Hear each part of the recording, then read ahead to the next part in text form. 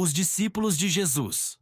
Você já se perguntou quem eram os homens que andaram lado a lado com Cristo, aprendendo diretamente com Ele?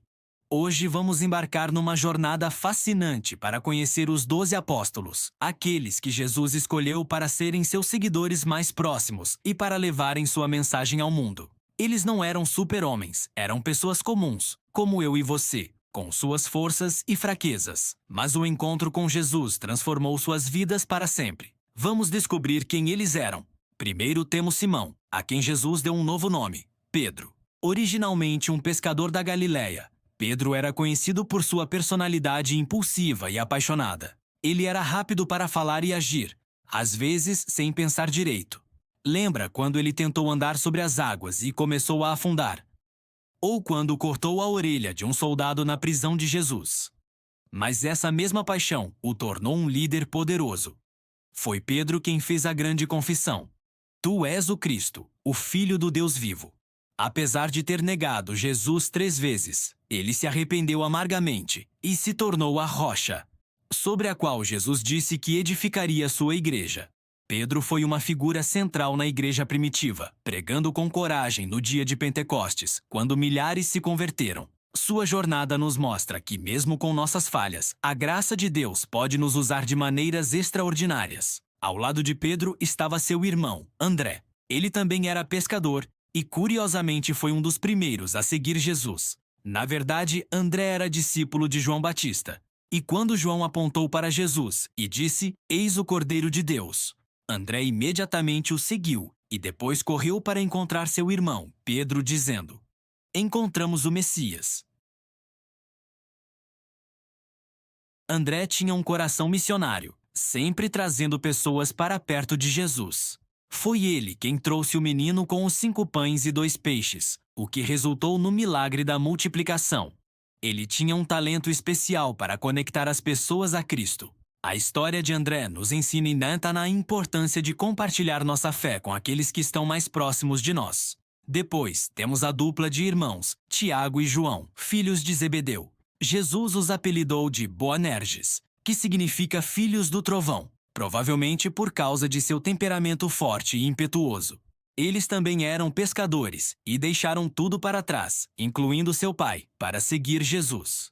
Tiago e João, junto com Pedro, formavam o círculo íntimo de Jesus. Eles testemunharam momentos cruciais que os outros discípulos não viram, como a transfiguração, a ressurreição da filha de Jairo e a agonia de Jesus no Getsêmani. Tiago foi o primeiro dos 12 a ser martirizado, mostrando sua lealdade até o fim. João, por outro lado, é conhecido como o discípulo a quem Jesus amava.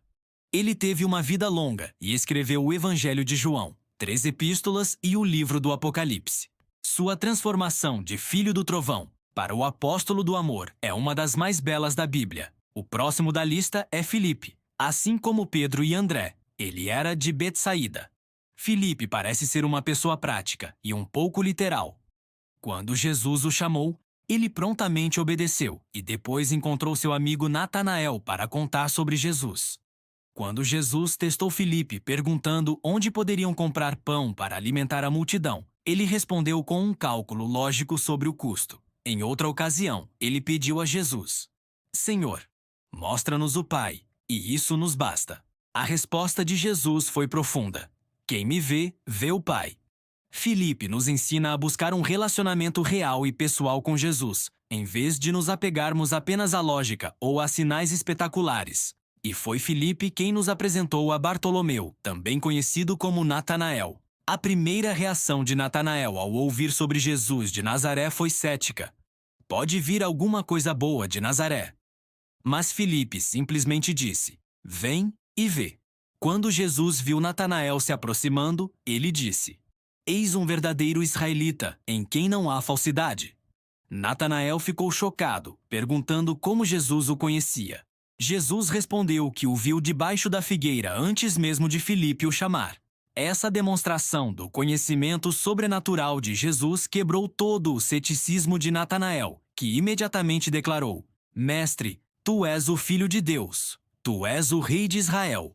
A história de Natanael nos mostra como um encontro genuíno com Cristo pode transformar o ceticismo em fé inabalável. Agora vamos falar de Mateus, também chamado de Levi. Sua história é uma das mais impactantes. Mateus era um publicano, um coletor de impostos para o Império Romano. Naquela época, os coletores de impostos eram desprezados pelo povo judeu, vistos como traidores e pecadores.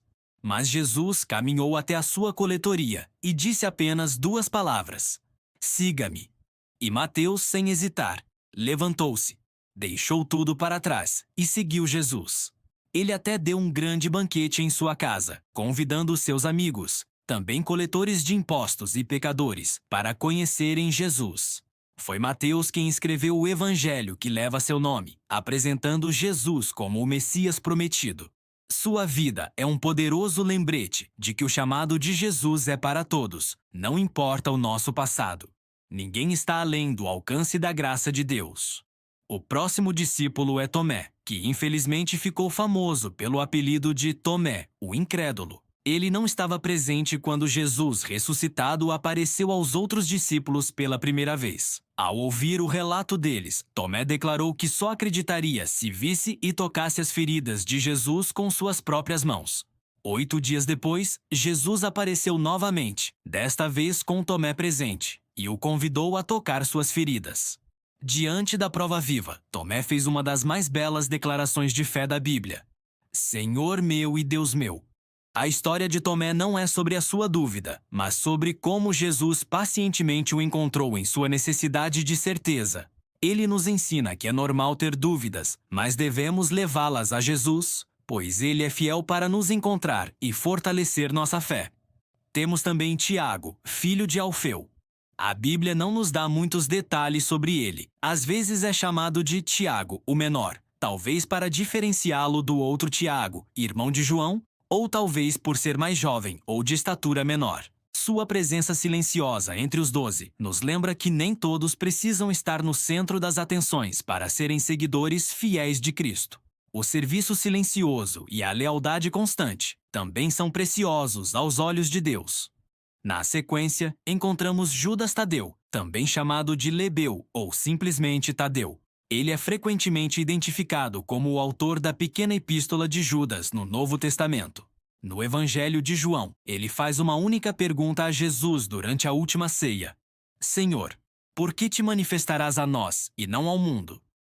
Ele estava curioso sobre o plano de Deus. Assim como Tiago, filho de Alfeu, Tadeu é um exemplo de um discípulo fiel, cuja contribuição, embora não tão destacada nos evangelhos, foi vital para a fundação da igreja. O penúltimo discípulo é Simão, o Zelote, também conhecido como Simão, o cananeu. Os Zelotes eram um grupo político nacionalista judaico, que se opunha ferozmente ao domínio romano, às vezes usando a violência.